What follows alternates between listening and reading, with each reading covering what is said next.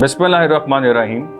वैसे तो 9 मई जैसे वाक़यात से पाकिस्तान की तारीख भरी पड़ी है। ये गिरफ्तार करके इमरान खान को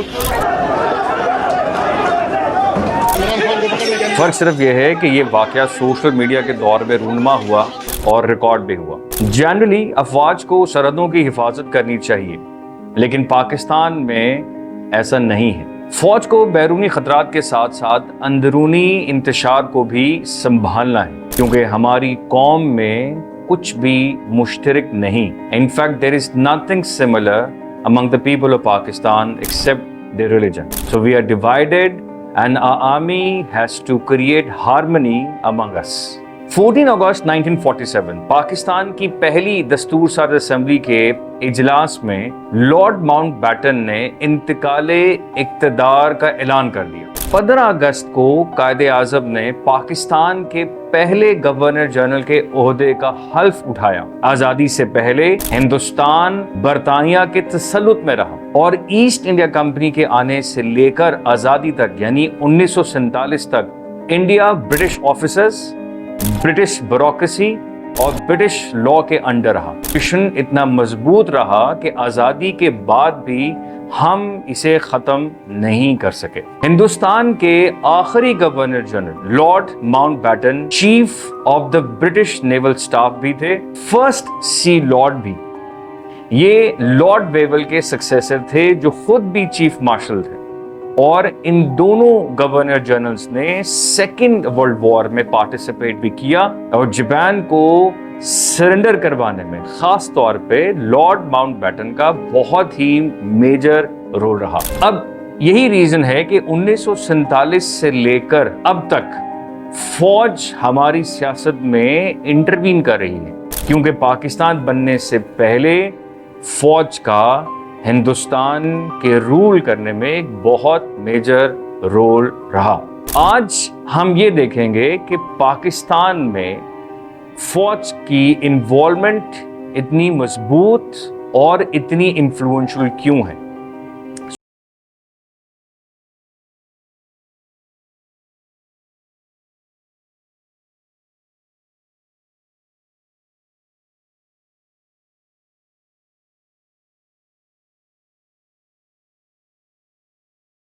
अंजाम देने के लिए इंटेंशंस यानी नियत का होना बहुत ज़रूरी है, और डेफिनेटली हम फौज की सियासत में मुदाखलत को इग्नोर नहीं कर सकते। Probably one of the important reasons was the early death of mister Jinnah. Jinnah की अर्ली डेथ इन सितंबर 1948 एक मजबूत रियासत की बुनियाद में सबसे बड़ी दरार रही है, जबकि हिंदुस्तान के फाउंडिंग फादर यानी नेहरू आज़ादी के 17 साल तक बरसरे इक़्तिदार भी रहे, और जिसकी वजह से हिंदुस्तान में डेमोक्रेसी को पनपने और फ्लरिश होने में एक बहुत अच्छा मौका मिला। फर्स्ट कश्मीर वॉर जो 1947 से लेकर 1949 तक रही, और 1950s के लाहौर में एंटी एमिनी रॉयट्स और इसके बाद अवाम का फौज के लिए अच्छी फीलिंग्स और सेंटिमेंट्स का होना भी फौज के लिए रास्ता हमवार करता रहा है।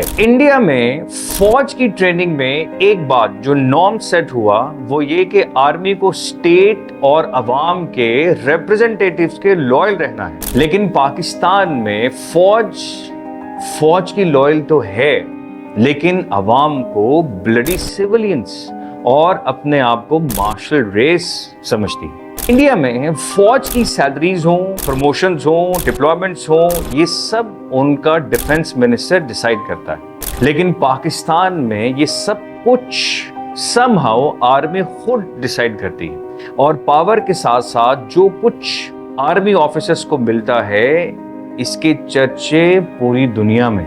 इंडिया में फौज और अवाम के कनेक्शंस को भी मिनिमाइज किया गया, लेकिन पाकिस्तान में फौज अवाम में घुसकर बिजनेस भी करती है, प्रॉपर्टी डीलिंग भी करती है। ऑल्दो इंडिया में आर्मी मैन को बिजनेस करने की इजाजत नहीं, लेकिन पाकिस्तान में सबसे बड़ा कॉर्पोरेट सेक्टर फौज का ही है। आजादी से पहले आर्मी को इस तरह ट्रेन किया गया था कि अवाम की तरफ से हर एक्टिविटी को रेवोल्यूशनरी एक्टिविटी समझते हुए उसे कुचल दिया जाए। जलियांवाला बाग का वाकया तो आप सब ने सुन रखा होगा। तो पाकिस्तान बनने के बाद भी हमारी फौज इसी ट्रेडिशन को फॉलो करती रही और हमारी पंजाबी डोमिनेटेड आर्मी ने बंगाल से लेके बलूचिस्तान तक अवाम की अपने हक मांगने वाली तहरीक को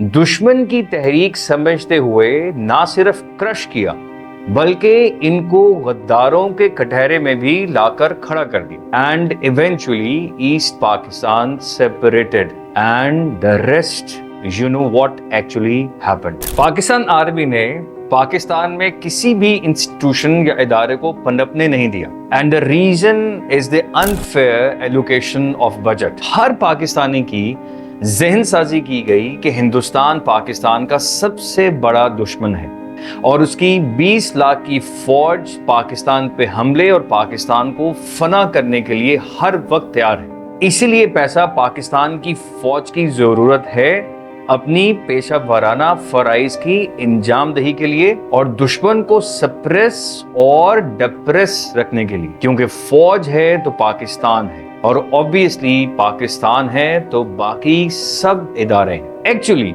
रूल ऑफ लॉ भी कोई चीज होती है। पाकिस्तान के कानून के मुताबिक पाकिस्तान में मार्शल लॉ की कोई गुंजाइश नहीं, लेकिन पाकिस्तान में कभी भी मार्शल लॉ एडमिनिस्ट्रेटर को सजा तो दूर की बात बल्कि बड़े ही एजाज के साथ सी ऑफ किया जाता है। जायदादें हों, जमीनें हों, पैसे, फ्लैट्स हों, इनफैक्ट जजीरे हों। Last but not the least and probably the most important reason is our politicians, their rotten political system। हमारे सियासतदान जो इनफैक्ट सियासत के अलावा बाकी सब कुछ करते हैं। उनकी खुदगर्जी, उनकी बेहसी, उनकी ताकत के हसूल की जंग में फौज ने उनके लिए और अपनी बका के लिए ये काम भी सर अंजाम दी और अपने फर्ज को उनको पावर में लाके निभाया। इसलिए मेरे प्यारे पाकिस्तानियों, ये मुल्क तेरा है ना मेरा है, ये मुल्क इस फौज का है। तो सुकून से जिंदगी गुजारें, जज्बाती होने का फायदा नहीं। ना यूनिटी हम में है, ना सोच, ना एजुकेशन।